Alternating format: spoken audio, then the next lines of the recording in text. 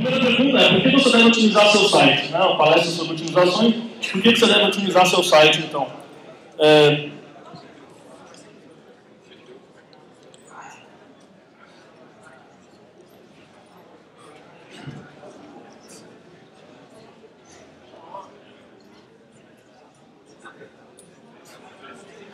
É porque esperar é irritante, não é? Certo? Você ficou aí. O que está acontecendo? Sabe o que eu vou te falar? Esperar carregar uma página é a coisa mais irritante que existe no universo. Slide, então, nem se fala, certo? Opa, eu voltei, passei um slide a mais, mas vamos falar no mínimo. Então, se esse não é um motivo suficiente, porque você não quer irritar seus usuários, vamos ver outros motivos bacanas aí, sabe? Alguns estudos que eu linkei aqui para a gente motivar otimizações. E o meu controle também está falhando, não é só os do dia que sempre que falha. O meu é da Apple. Por exemplo, a Microsoft, ok? Eles fizeram um estudo lá no Bing, o buscador que ninguém usa, quer dizer, algumas pessoas usam, mas eles chegaram à conclusão de que 2 segundos a mais de latência, ou seja, 2 segundos a mais que demora para carregar, ok? Isso aí causava um impacto de perda de 4,3% de faturamento. Faturamento da propaganda ali, ok? Imagina, 2 segundinhos, 4% de alguns. Não sei quanto que a Microsoft faturou. No Brasil é 0, né, com o Bing, mas em algum lugar que alguém deve usar. Mas é bastante, certo? Yahoo, né, tem um colega do Yahoo hoje, eles fizeram um estudo lá na home deles também, divulgado uns anos atrás, que diz que na home do Yahoo, cada 400 milissegundos de melhora, 400 milissegundos, imagina, você consegue contar 400 milissegundos sem um cronômetro bem preciso?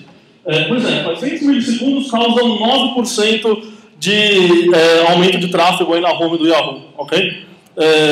A Mozilla, né, eu sei que o pessoal da Mozilla apoia aqui o evento e tal, né, tem gente da Mozilla aqui também, divulgaram um tempo atrás um estudo que eles mostraram que a página de download do Firefox, ok, o usuário estava fazendo download, se eles diminuíssem 2,2 segundos, eles fizeram um estudo, isso aí aumentava em 15% os downloads do Firefox. 60 milhões de downloads do Firefox a mais por ano, porque a página era 2 segundos mais rápida.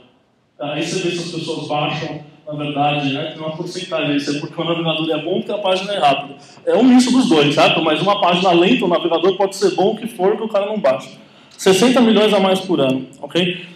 O Google, por exemplo, o Google fez um outro experimento que eles aumentaram o número de resultados lá nas páginas de busca de 10 para 30. Não sei se você lembra, muito antigamente você conseguia até escolher quantos resultados você tinha. Ultimamente não, é 10 e acabou. O Google provou no experimento deles que com 30 pessoas o tráfego caía 20%. Porque o tamanho da página, né, demorava para carregar agora de meio segundo, né, 0,4 para 0,9. Imagina, aumentou meio segundo e o tráfego caiu 20% no Google. Okay? Então o cara falou, não, vou botar 10, né? A Amazon, por exemplo, que está chegando no Brasil aí em pouquíssimas semanas, fizeram um estudo lá nos Estados Unidos, eu acho impressionante. Que 1 segundo a mais no carregamento da página da Amazon significa 1,6 bilhão de dólares a menos em vendas por ano. 1,6 bilhão por 1 segundo, ok? Não sei se já se deu o trabalho de contar quantos segundos a sua página demora, né? Tudo bem, eu duvido que você fature bilhões a ponto de chegar nesse número. Mas somos bilhões de todo mundo no mundo inteiro. São muitos segundos e muitos bilhões perdidos, ok?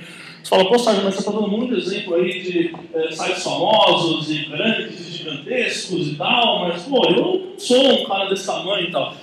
Eu uma vez fiz um experimento lá no site da Kaela, ok? Eu fiz um experimento contrário. A gente tinha uma página rápida, boa, eu piorei a página. Não contei para ninguém, senão eu corri o risco de, né, você sabe, perder emprego. Mas tudo bem. Aí eu piorei a página. Então a página tinha 100 KB. Se alguém já contou KB por aí, sabe que 100 é muito, mas muito pouco, ok? Abre a página do Submarino, tem quase 2 metros. A ROM só. 100 KB eu piorei para 300, ok? Nem é muito. Request, número de requisições na página, aumentei de 12 para 42. De novo, eu pego o Submarino, que é o comércio mais famoso do Brasil, não tem nada contra. O Submarino tem 200 requests, então aumentei para 42. Nem é o pior de todos. Carregamento na página de 2 segundos para 6. O Submarino demora 20. Então eu só piorei isso daqui, ok? Aliás, troque, desculpa, eu falo Submarino, não sei se alguém aqui ficar chateado, mas troca para qualquer outra página, você vai ter números parecidos. Mas olha só, eu olhei um pouquinho e eu medi o resultado no Analytics. A gente viu uma queda de 21% no tempo que as pessoas ficam no site, 28% no número de page views e 18% na nossa taxa de conversão. No caso do site da Tela é uma empresa de curso relativamente pequena, a gente não tem trilhões de usuários e tal. A gente não vende curso lá, não tem um botão de comprar no e-commerce da Amazon. Então, a nossa conversão é quantas pessoas mandam e-mail para a gente via o formulário de contato. E as pessoas mandavam 18% menos e-mails. O que para a gente é uma coisa bem ruim, ok? E aí, está convencendo ou não? Vamos ver mais uns argumentos.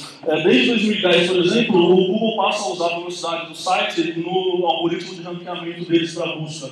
Eu vi muita gente perguntando de SEO aí nas outras palestras e tal. É um argumento de SEO, utilizar o site. Okay? A ideia é, lógico, né? O melhor argumento é rápido voltar na primeira página de tudo, não é isso?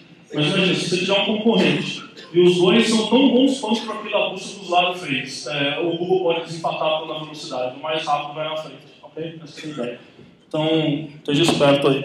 E tem uma outra coisa legal, aliás, à tarde a gente vai ter palestra sobre mobile. Eu acho que essa discussão que a gente vai ter hoje é muito mais fundamental ainda quando você pensa que o mercado está mudando do ponto de vista dos navegadores. Ninguém mais vai acessar o web no desktop daqui a 10 anos, sabe? Não sei de ninguém, né? Mas diz que ano que vem já passa nos Estados Unidos, né? O mobile já passa o desktop em tráfego. E no mobile você tem restrições absurdas de performance, por causa da rede que é mais lenta, por causa do aparelho que é mais lento. Mas sério, você tem um iPhone aqui de última geração, mas ele tem 500 MB de memória. Okay? Pior do que a memória que eu tinha no meu computador, sei lá, 6 anos atrás. E vai demorar para o iPhone ter 8 GB de RAM igual tem no MacBook, certo? E quando acontecer isso, o MacBook vai ter 30 GB de RAM, provavelmente. Então, mas é claro, o celular é mais limitado, então a gente tem que pensar nesse tipo de coisa, né? Certo? E aí, tá batendo um desespero ou não? O que eu queria mostrar nesse começo é isso, você precisa otimizar em ponto, tá? É mais ou menos assim, não levante nessa palestra até o final. E eu queria aqui discutir algumas possibilidades de otimização, então. E o legal é assim, que as duas outras palestras, as anteriores, já me economizaram um tempo absurdo. Por exemplo, a primeira palestra já falou um monte lá de cache e os headers e tal, então já vai me economizar um tempinho. Agora, no final, o Leandro acabou de comentar aí as coisas de Smush e tal também, já é um bom começo. Mas tem um monte de outras coisas que eu quero tratar com vocês, ok?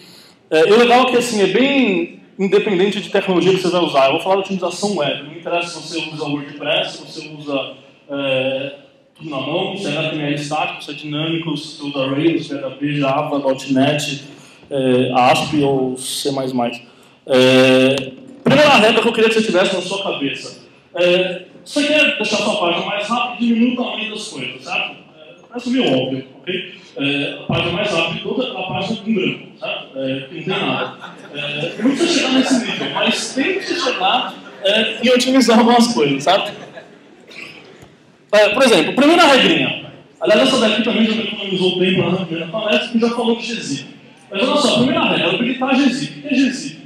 Como a gente tinha visto, né, relembrando, você estava com sono de manhã, ainda tá, mas enfim.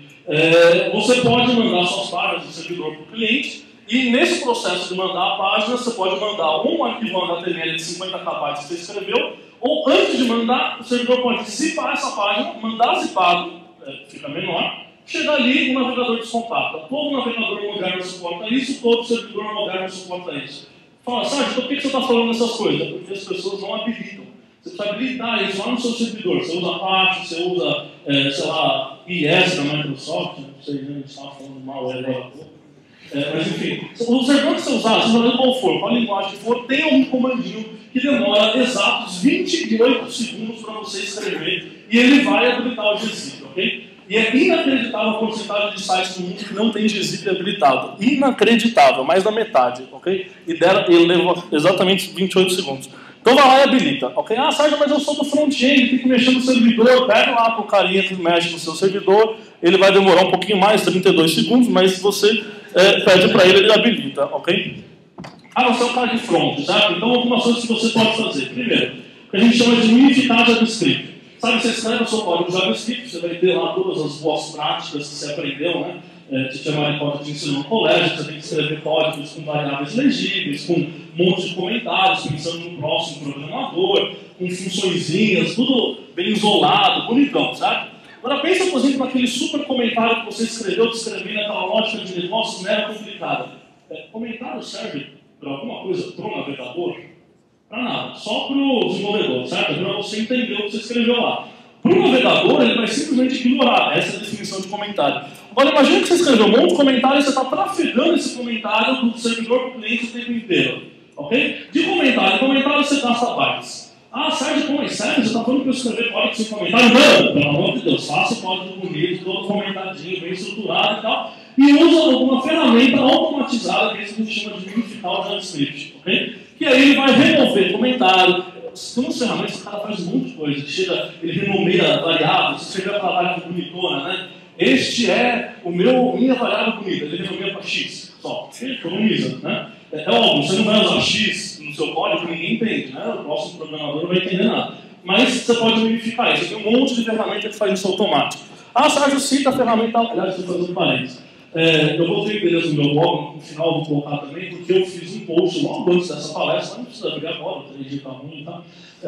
Com links e comentários a mais complementares à palestra, ok? Então, Sérgio, eu queria muito saber qual é a ferramenta que eu uso aqui. Tem trilhões, eu não vou ficar falando agora para não perder tempo. Lá no blog vai ter o linkzinho para cada um, você pode baixar e tal, é facinho, ok? Demora 2 segundos também. Mesma coisa você pode fazer com CSS. CSS também pode tirar comentário, tirar espaço, remover ponto e vírgula desnecessário lá da última declaração. Um monte de detalhezinho que você não vai fazer na mão, porque enche o saco. E principalmente, você não vai escrever código nesse formato. O seu código tem que estar bonitão, bem estruturado e tal. Você vai gerar esse código final antes de subir o site do servidor. E tem trilhões de ferramentas que fazem isso. Aliás, até algumas dos nossos colegas lá do Yahoo, que é uma das mais famosas, o UI Compressor lá, que o pessoal usa para fazer essas coisas. Ok? Alguém riu aí que eu falei do Compressor? Sei lá, tá bom. O que mais? Além de unificar CSS e JavaScript, você tem também compressão de HTML. Imagina só, você pode tirar espaços desnecessários, sabe toda aquela indentação bonitinha que você escreve, dando os tabs e tal, arranca tudo isso. Nada disso precisa na hora de mostrar no navegador, ok? Mas claro, você faz isso automaticamente, com ferramentas que gerem esse código para você, ok? Eu coloquei aqui um pouco, até repara, as outras regras estavam com verdinho. Verdinho quer dizer, é muito fácil de fazer, se você não faz ainda, você está perdendo tempo. O amarelo é assim, olha, é um pouquinho mais difícil. Okay? O vermelho, então, você vê, gerado com os vermelhos. Por que é um pouco mais difícil? Porque geralmente a gente tem HTML dinâmico, né, WordPress e outras plataformas. Aí você precisaria fazer alguma forma de compressão que o cara cospe o HTML dinâmico, comprime antes de mandar para o navegador. Nem sempre é viável isso, ok? Mas se der, faz. Okay? Se der, faz. Tem umas otimizações que dá para você fazer. Hoje em dia, por exemplo, no HTML5, as regras de parsing do navegador são bem mais flexíveis. Você não precisa mais, por exemplo, colocar aspas em atributo do HTML. Não precisa. Lógico, se não tiver espaço, né? Você pode arrancar as aspas, é válido, vai validar em qualquer validador do HTML5. Aí você fala, mas eu gosto de pôr as aspas, fica mais bonitinho, fica mais expressivo e tal. Beleza, põe o seu código, comprime e arranca na hora de gerar. Não vai fazer nenhum mal para nenhum navegador e você economiza 1 byte. Beleza, mas de 1 em 1 você vai economizando, certo? Essa é a ideia. Tranquilo? O que mais, né? Então a gente estava falando aqui de diminuir o tamanho de request. Diminuir JavaScript, diminuir CSS, diminuir HTML e o que mais que tem nas páginas? Flash não vale. Imagem, certo? Flash ninguém usa mais, né? Sacanagem, então. Mas, ó, próxima coisa, imagem. Então, a primeira regra que a gente tem é extremamente simples. Pelo amor de Deus, não tire aquela foto super bonita na sua câmera digital de 12 megapixels, que vai gerar um arquivo de 5.000 por 5.000 pixels. Aí você pega aquele arquivo, joga na sua página, certo, está muito grande, né? Diminui. Aí você põe lá no CSS, né? Ou no HTML, o tamanho. Acho que ninguém mais aqui faz isso, certo? Senão você não está lá nem vindo no front MH. Mas olha só, você não vai redimensionar arquivo no HTML, ok? Não pode fazer isso, pelo amor de Deus. Aí você vai fazer o cara baixar aquela página, aquela foto gigantesca, com 1 trilhão de megas, e no HTML redimensionar. Além de fazer o cara baixar um monte de coisa desnecessária, o navegador tem que redimensionar. Isso é um processamento, isso aí vai ocupar a CPU ali e tal. pensa que nem todo mundo tem o seu MacBook Pro Retina Display com 8 GB de RAM, ok? Não sei se o pessoal já tem, né? Eu não tenho ainda esse. Próximo passo. Esse aqui é um pouquinho mais difícil, mas ainda essencial. Isso aqui o Leandro comentou agora há pouco, o serviço do Yahoo, por exemplo, que faz essas coisas. Primeiro, otimização de imagens. O que significa isso? Quando você gera a sua imagem lá no Photoshop e coisas do gênero, frequentemente o editor ele gera uma cacetada de dados desnecessários para a visualização. Por exemplo, qual que é a data que foi gerada, qual programa que foi gerado. O Photoshop ele gera até uma miniatura da imagem dentro da própria imagem. Você exporta o PNG, ele vem com uma miniatura lá dentro. Por quê? Para facilitar, na hora do sistema operacional mostrar as miniaturas, já está pronto. Okay? Só que tudo isso é absolutamente desnecessário quando você vai renderizar a sua página. Mais que isso, só gastando banda do usuário. Okay? Você pode arrancar tudo isso. Sabe como é que eu faço no Photoshop? Não faz. Então a ideia é que você tem ferramentas específicas para arrancar dados desnecessários das imagens sem perda de qualidade. Okay? Uma das mais famosas é essa do Yahoo, aí, chamada Smush. Mas tem uma cacetada de outras. Tem uma online. Você vai lá, faz o upload da imagem e pega a imagem esmurchada, a gente fala, né? Já vem 100 bytes. Okay? É a mesma imagem visualmente, só que com 20% a menos de bytes, sei lá. Literalmente, demora 2 minutos. Okay? Tem outras ferramentas, também falei lá no post que eu vou deixar no blog, vou deixar mais referências. Tem ferramentas que você pode instalar no seu computador, fazer offline e tal. Ok? Mas otimize as imagens. Né? Sabe quando você tira foto com câmera digital? Que aí vem com todas aquelas coisas, horário que tirou, orientação da câmera, modelo da câmera, os metadados, que a gente chama, tudo isso. Todo arquivo tem um monte de metadado absolutamente relevante para renderização. Arranca, sabe? Você fala, pô, Sérgio, mas tá arrancando, né? Coisinha besta. É que se fosse difícil, até tinha um argumento para falar alguma coisa, mas não é difícil. Você vai lá, em 2 minutos você faz 1 milhão de imagens, ok? Só fazer o piloto e pegar de volta no Smush. Tem uma outra que é um pouquinho mais difícil. Falando em imagens, né? Pense em usar o formato certo de imagem na hora certa. Eu sei que aqui deve ter muita gente que vem de background de design também, né? Geralmente em eventos de front a gente tem metade é desenvolvedor indo para o front-end, metade, né, às vezes back-end e tal, e outra metade vem do design. Né? Então o pessoal do design manja mais de imagem do que eu. Mas você sabe que quando você trabalha com imagens na web, geralmente a gente pensa em 3 tipos de arquivos, sabe? PNG, JPEG e GIF. Okay? Para que você usa cada um deles? Hein? Aliás, é fundamental saber isso para o dia a dia. Aí. Por exemplo, qual que é o ponto positivo maior do PNG?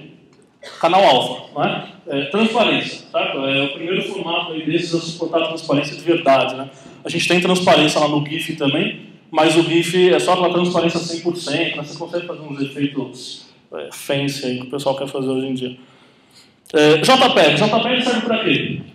Geralmente se associa JPEG a fotos, né? Fotografias e tal. Por que isso? Porque o JPEG é o que a gente chama de formato lossy.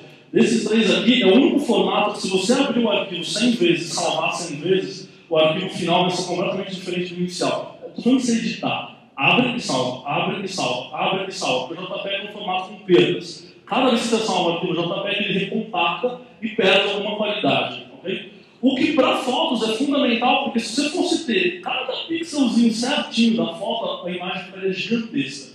Nas fotos, geralmente, a gente quer realmente perder um pouco a qualidade, de uma maneira meio imperceptível, mas você quer perder, para poder ter um arquivo menor. Né? Você nunca vai usar PNG com uma fotografia de câmera digital, ficaria gigantesco. Mas em compensação, o JPEG seria péssimo, por exemplo, para você fazer gráficos mais de ilustração. Né? Tipo, se alguém já tentou exportar um degradê como JPEG, por exemplo, ele fica péssimo, porque esse algoritmo de compressão ele deixa o degradê totalmente feião. Né?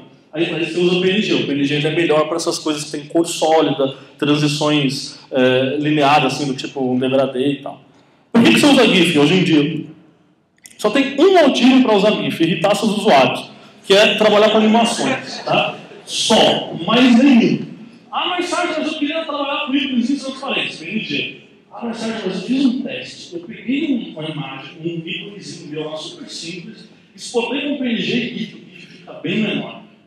Chance de você estar trabalhando com PNG errado. Aliás, deixa eu comentar um detalhe aqui. Você sabe que existem 2 tipos de PNG? Não, sério? É verdade. Tem 2 tipos de PNG. Um chamado PNG 8 e um PNG 32. Cuidado na hora de escolher, ok? O PNG 32 é o mais famoso de todos, todo mundo usa. É um cara que permite, 32 é de 32 bits, né? Permite todas as cores do universo, 16 milhões de cores aí. Então você vai criar as imagens ricas e tal. O PNG8, assim como o velho GIF, é um cara que só suporta no máximo 256 cores. Ah, Sérgio, isso é ruim, o que eu faço com 256 cores e tal? Um monte de coisa, tem 1 trilhão de ícones que a gente faz no dia a dia que não tem mais 256 cores. E, sinceramente, se você pegar esses seus ícones, que são mais simples do ponto de vista de cor, transformar em PNG8, você consegue um ganho de performance absurdo, ok? E ele chega a ser até menor que o GIF, em muitos casos, tranquilo? Então, a vantagem de usar o PNG8 ao invés do GIF, o PNG8 tem suporte a canal alfa completo, transparência completa. O GIF não tem transparência completa, né? Só um bit transparente ou não, né, ali, na verdade. Então, a gente chama tecnicamente de translucência e transparência. Né? Esse aqui só suporta transparência 100%, aquele lá suporta cores translucentes. Né? Chique esse palavra. Mas tranquilo? Legal? Então escolha melhor os tipos das imagens que você vai utilizar aí. Ok? Aliás, tem um parênteses aqui curioso que eu precisava fazer, que é o seguinte. Essa imagem que eu achei ontem à noite na internet é para tentar mostrar o que está acontecendo no mundo depois das telas retina. Porque, por um profissional de otimizações como eu, assim, as telas retina estão sendo um inferno. Por quê? Porque agora, da noite por dia, você tem 4 vezes mais pixels na tela e 4 vezes mais potencial para carregar sua página, certo? Desde que o Google inventou as telas retina, sim, não foi a Apple, foi o Google. O primeiro celular com tela com pixel a mais foi o Android, depois a Apple copiou no iPhone. Aí, o primeiro celular, depois a Apple copiou no iPhone, no iPad, agora saiu no MacBook deles e todos os computadores dos próximos 10 anos vão sair com telas retina. O que você faz? Primeiro, você tem que despertar aí para algumas novas possibilidades. Quando você tem telas retina, o grande problema é que você botar uma imagem clássica ali, ela vai ficar tudo... Fica bem feio, bem feio. Só quem tem um iPad 3D, você vai testar os sites normais, são horríveis. Então você tem algumas possibilidades. Primeiro, usar imagens vetoriais. Não esqueça de imagens do tipo SVG. Okay? SVG hoje tem todos os browsers do universo suportam, exceto aqueles mega velhos. Você tem que pensar bem se ele é útil para você mesmo ou não. Recentemente eu fiz um experimento lá no site da Kaelma, por exemplo, eu descobri que 96% dos nossos visitantes têm suporte a SVG. 96%. As exceções são o E8 e o Android velho, só.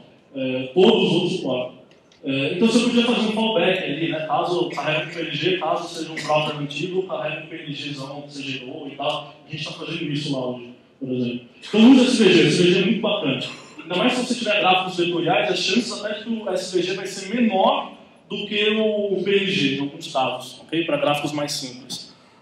Outra possibilidade que o pessoal tem feito ultimamente são aquelas font faces. Alguém tinha comentado em alguma hora de font face, que são aquelas fontes customizadas que você pode usar em CSS3 e tal. Tem uma galera criando a própria fonte com ícones mesmo. Você pode desenhar no Illustrator, gera como fonte SVG e tal, faça uns conversorzinhos qualquer ali, pronto, gera uma fonte que você pode usar.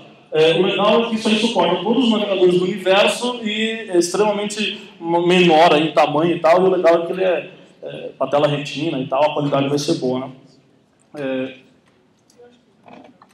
Eu não vou chegar a entrar em detalhes de mobile e tal, mas você pode usar técnicas de media carriers, etc., para servir imagens diferentes de acordo com a resolução da tela, etc. Mas tomam cuidado aí com telas retina, ok?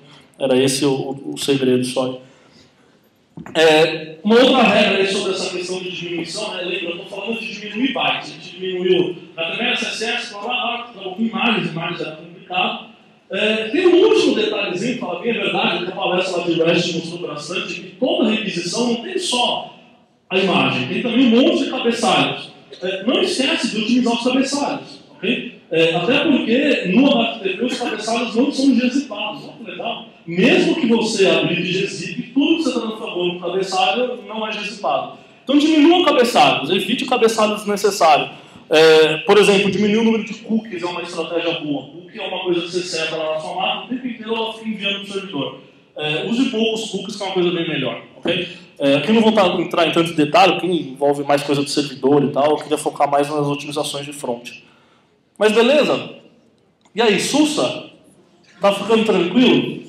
Aí você fala, Sérgio, agora eu estou bem mais sossegado. Né? Você fala, agora você me ensinou a diminuir o tamanho das coisas aí. Para aí, né? As otimizações terminam aí? Infelizmente não. Você fala, Sérgio, mas peraí, né? Você fica falando esse monte de otimizações e tal, mas hoje em dia as pessoas não têm banda larga.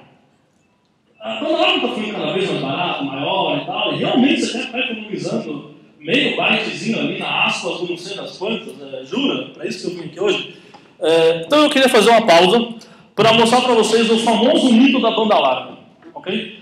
As pessoas olham para a banda larga e acham que a banda larga é a solução para a internet rápida. Não é, por um simples motivo.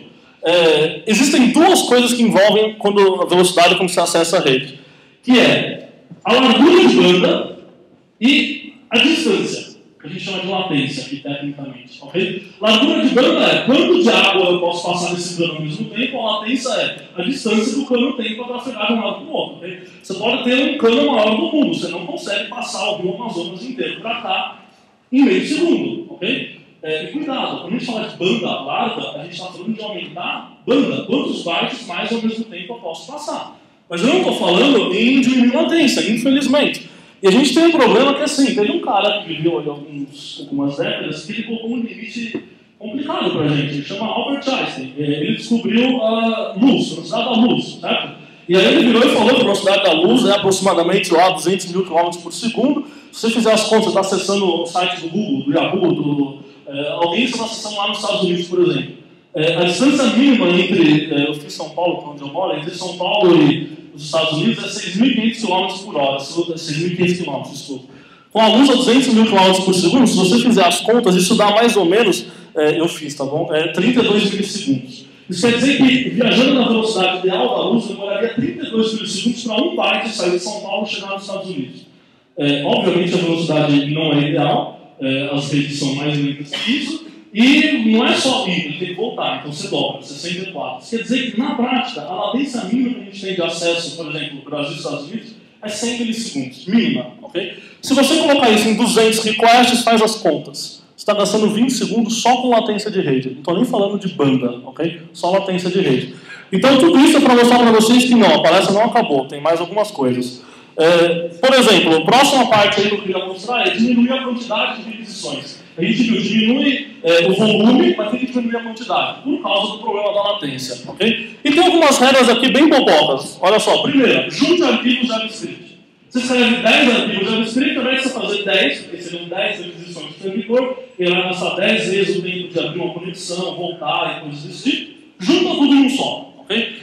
Sérgio, pelo amor de Deus, você está falando para escrever aquele código gigantesco num arquivo só e todo feio. Não, faça isso com uma ferramenta. Escreve o seu código bonitão, isolado, blá blá blá e tal, e use uma ferramenta para gerar tudo isso num arquivo só. Okay? Vai economizar um tempão para você aí de latência e tal. Mesma coisa para o CSS, dá uma olhada. Okay? Junta o CSS num arquivo só, ou dois, sei lá, mas diminui. Eu já vi site aí com 50 CSS. Ou o cara bota ali jQuery, mais 10 plugins de jQuery, 3 arquivos dele, já era, ok? Junta os plugins num arquivo só, facinho. Tranquilo?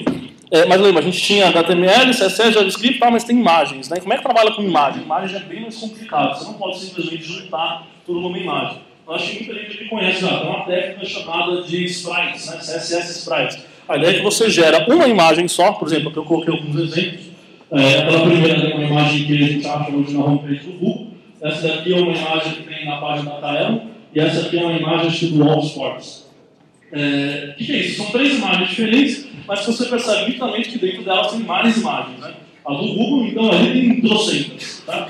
Qual que é a ideia? Você gera um arquivo só com tudo aquilo, ou seja, você já vê que vai economizar um monte de requisição. Okay? Só que aí depois, via CSS, você vai posicionando certinho, recortando a imagem. No fundo, você vai mostrar um ícone só para o usuário, mas você baixou um arquivo com mais coisas, sabe? Então a ideia é você diminuir o número de requisições via sprites.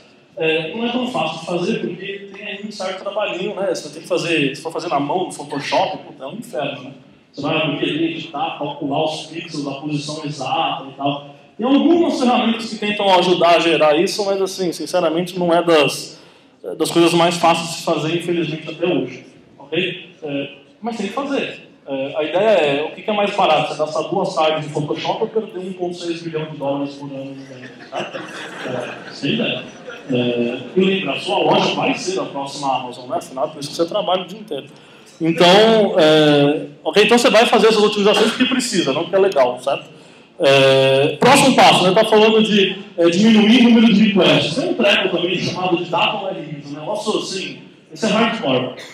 Você fala, Toda vez que você aponta lá no seu HTML um JavaScript, um CSS ou uma imagem, ele vai baixar esse cara, certo? E se eu conseguisse embutir essas coisas lá dentro? O JavaScript e o CSS é fácil. Você pega o JavaScript, ao invés de você apontar para o arquivo externo, enfia dentro do HTML. Ah, Sérgio, mas espera aí, o sistema Maricopa ensinou como não devia escrever JavaScript misturado com HTML. Perfeito, não escreva, mas gere, de alguma maneira. Porque você economiza um request. Junto com o HTML vai o JavaScript junto. Okay? E às vezes você quer fazer isso com imagem também. A imagem não é tão simples. Mas imagem, geralmente, você escreve assim, né? Tag image, SRC, aponta lá o arquivo. Tem um truque aí que você pode colocar dentro do SRC uma string do tamanho do universo, eu tive que diminuir isso, não está vendo o slide, que é a imagem em string ali, né, na verdade, isso também chama de base 64, são ferramentas para gerar isso também. A vantagem é que você economiza um request. Ah, Sérgio, você está dizendo para usar isso o tempo inteiro? Não sei. A desvantagem dessas coisas, por exemplo, é a questão do cache. Vou falar rapidinho do cache mas já foi tratado. Isso aí não está cacheado, né? A vantagem do request externo é que você pode cachear ele. Agora, para coisas que não precisam de cache. Por exemplo, sabe quem usa bastante isso? O Google Images. Quando você faz uma busca no Google Images, você recebe 10 imagens de resultado. Jura que vai fazer 10 requests para as imagens? O negócio que você vai ver uma vez na sua vida, porque provavelmente você vai fazer outra busca de outra coisa? Não. Ele enfia as 10 imagens lá em DataURIs na mesma requisição. Assim, de uma vez só, ele traz todo o resultado. Isso é mega rápido. Tá? Tem um monte de cenários desse tipo que você poderia passar aí. Okay? DataURI, por exemplo, suporta a partir do IE8. Então é um negócio que pode usar tranquilo. Não? Alguém suporta IE6 ainda. Eu já não suporto. IE6, IE7. Não, mas sério. Tipo, é 0,005% dos acessos das coisas que eu trabalho. Graças a Deus para mim ou não? Tem mais gente nesse cenário ou o pessoal está mais desesperado aí? Mas enfim, se for IE8 dá para usar isso tranquilo, ok? Ou faz alguma coisa lá no servidor. Se for IE6, aí usa a versão antiga. Se for IE8, usa o DataURI, dá para fazer tranquilo.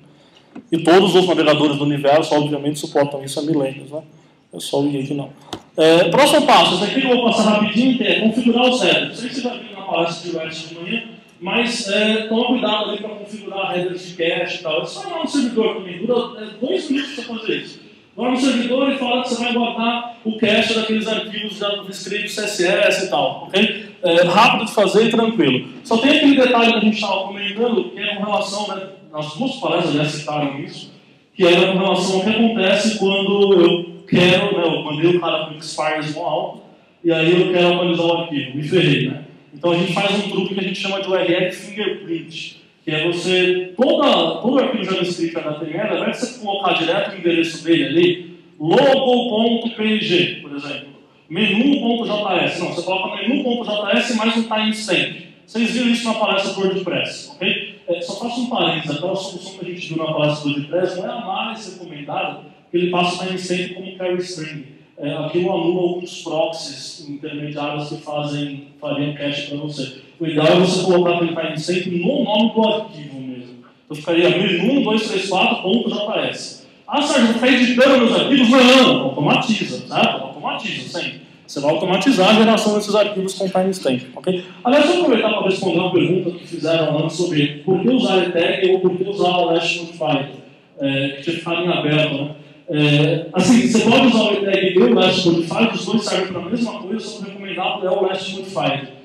Isso porque o ETag, que no caso assim, é um ETag que tem algum custo. Geralmente ele tem porque o servidor tem que processar esse ETag, tem que gerar o ETag. Geralmente o ETag é gerado dinamicamente. E o Last Modified é barato, é só ele ver o tamanho da data de modificação e mandar. Então, assim, se você quiser escolher um dos dois, usa o Last Modified. Agora, eu jamais uso os dois, tá bom? Escolhe um ou outro. São as recomendações que o pessoal faz aí no Google e tal. Tranquilo? Posso passar para o último? Eu estava falando aí sobre diminuir request, certo? Não é bem uma técnica de otimização, mas eu acho que vale a pena falar. Esse é um design mais simples. Um design com uma página branca, como eu tinha falado, é o design mais rápido de todos. Você realmente precisa daquele monte de coisa na sua homepage, ok? Pensa que a sua homepage não é para ser bonita, é para trazer resultado para o seu cliente, é para vender. No caso da Amazon, eles não querem uma homepage bonita, é uma página que vende. E página que vende, a gente viu, é uma página rápida, ok? Então, às vezes, você pode tirar coisas aí desnecessárias e deixar a página mais rápida. Hoje, com CSS, então, é bem fácil fazer borda redonda sem imagem, fazer sombra sem imagem. use essas coisas, pelo amor de Deus, né? Fica bem melhor, muito mais leve aí pra gente. Tranquilo? Vou para mais uma regrinha aqui que eu acho isso aqui interessante, ó. Mais uma outra máxima sobre performance. Na verdade, performance não é um número que você fala assim, Sérgio, minha página gastou 2 segundos, olha que bom, que rápido, olha, minha página gastou 1000, que lento. É um número, mas muito mais importante performance é a percepção do usuário. Você vai botar a página na frente do usuário, ele vai dizer se está rápido ou não. Okay? E tem um monte de truques que você pode fazer para a sua página parecer mais rápido, embora às vezes o número de segundos mesmo nem é tão rápido assim. Okay? Mas o usuário sente que a página está mais rápida. Por exemplo, quer ver? Uma bobocona de todas. Especifica o tamanho das imagens. Sabe quando você põe uma tag image? Coloca lá, altura e largura. Sempre. Fala, Sérgio, por quê? Porque quando ele está baixando a imagem, se ele não sabe a altura e largura, ele não deixa um espaço reservado na página. Aí quando a imagem chega, ele descobre o tamanho, aí todas as coisas vão empurrando para encaixar a imagem ali, ok? Aquilo dá a percepção para o usuário de que a página não está carregada ainda, sabe? As coisas estão mexendo. Quando a página começa a ficar parada, dá a sensação de que a página já está já está carregando, já está quase no finalzinho. E você deixa com a largura setada ali, o navegador já deixa o espaço em branco reservado, a imagem vai chegando aos poucos, sem problema, mas as coisas não mexem. Isso dá a sensação para o usuário de mais rapidez, ok? Detalhe, imagina, coisa super simples, né? Um detalhe que foi falado na palestra do WordPress, que é fundamental, coloque o JavaScript sempre no final da página. Pelo amor de Deus, não faça igual 90% das pessoas fazem, colocar JavaScript no topo. Aliás, essa é uma das regras mais importantes de todas, mais bestas e mais importantes. JavaScript trava a renderização do navegador. Aonde você colocar o JavaScript, dali para baixo, nada acontece enquanto o JavaScript não terminar. Okay? Ou seja, se você colocar no head, a sua página fica em branco, enquanto o JavaScript não termina. Pior, tem gente que coloca no topo, no head, JavaScript lá do Facebook, do Twitter e tal. Aí aquele dia do Twitter baleia, que é quase semanalmente, o seu site baleia junto. Então toma cuidado com essas coisas. Coloca o JavaScript embaixo, que você está sossegadíssimo. Toda vez que você vê um site, você deve ter visto isso, que a página fica em branco, demora para carregar. Mas você olha lá no topo da janela, o title da página já apareceu. Sabe o que é isso? Ele já renderizou o HTML, ele já passou o HTML, já chegou o HTML, ele já podia te mostrar alguma coisa, mas o infeliz desenvolvedor colocou um JavaScript no topo. Quando eu coloco no topo, trava a renderização. Bota para baixo, você ganha uma velocidade absurda. Ridiculamente assim, ok? Coloca o JavaScript embaixo. O CSS já é o contrário, a gente fala para colocar no topo. Sabe por quê? Você já viu quando o CSS fica embaixo? Acontece coisas assim, você abre a página, aí ela começa a renderizar, sem CSS. Aí o usuário todo feliz fala, olha, tem um menu aqui, eu vou lá clicar. Aí ele está chegando com o mouse, a hora que ele vai clicar, aparece o CSS. E aí ele não sabe mais onde está as coisas, sabe? Esse é um screenshot da home da cara. Tranquilo? Então, o CSS é o contrário, você põe no topo. Então, toma cuidado. Por estar no topo, você tem que ter o CSS mais simples, mais enxuto, porque ele vai travar a renderização. Aliás, não são todos os navegadores que travam, tá? Mas a maioria trava. Tranquilo? Um outro detalhe, né? Eu falei de Facebook, Twitter e tal. Tem uma coisa interessante que é o seguinte: lazy loading. Seja preguiçoso, adie o carregamento do que você puder. Por exemplo, ainda nessa página da home da Kaelon, tem um banner gigante lá na home da Kaelon, ok? E esse banner aqui, ó, lá no meio, ele vai trocando, como acho que 1 trilhão de sites que você já fez na sua vida, ok? São 5 banners, sei lá, 4, depende da semana. Não sei se é bonito ou não, mas enfim. Esse é mais bonito que o outro, certamente. Mas enfim, com respeito às moças aqui. O que eu estou falando? Eu não lembro. Você tinha lá um monte de banner lá na página. Você pode colocar 30 tag images no seu HTML e esconder com CSS que não estão sendo mostradas, certo? O problema é, o navegador vai baixar as 30 logo de cara. E aí ele vai baixar as 30 que estão aqui em cima e todo o resto que está aqui embaixo vai demorar para baixar. O que você pode fazer? Bota só a primeira imagem no HTML, deixa ele baixar o resto da página. Quando terminar, você baixa os banners secundários. No caso do site da Kaelon, você vai trocar de banner depois de 10 segundos. 10 segundos é tempo suficiente para ele carregar o resto e eu carregar via laser os banners secundários. Truquezinho com JavaScript, que não é que manja de JavaScript, você escreve isso aí em 4 linhas de código com jQuery, ok? Mas para você facilitar essas coisas, né? Carregue só o necessário lá no começo, adie todo o resto que você puder. Parecido com isso, tem a ideia do carregamento assíncrono que a gente fala, Quem já usou Analytics, por exemplo, você vai usar o Google Analytics, você publica um código desse. Esse é o JavaScript do Analytics. Já parou para ler o que está escrito aí? Você fala, poxa, não era só colocar uma tag script, por que ele faz uma zona aqui? Não sei lá o que ele faz. Porque ele só tem um pedaço de código que carrega assincronamente. A ideia é que o seu JavaScript vai carregar em paralelo com a página. Se você coloca a tag script direto na página, ele bloqueia. Pode ser ruim. No caso do Analytics, você não quer bloquear. Principalmente você vai querer carregar dessa maneira scripts externos que você não controla. Facebook, Twitter, Analytics e tal. Okay? Mas fala, certo, o Facebook nunca cai. Nunca cai, mas sabe o firewall da empresa do seu usuário? Ele bloqueia o Facebook. E quando ele bloqueia o Facebook, por contrapartida, ele bloqueia todas as páginas que dependem do Facebook de maneira síncrona. Toma cuidado com isso. Então você vai querer usar coisas desse tipo, ok? Lá no post que eu preparei, eu falei, vou deixar algumas outras técnicas lá também de carregamento assíncrono para vocês verem. Tranquilo?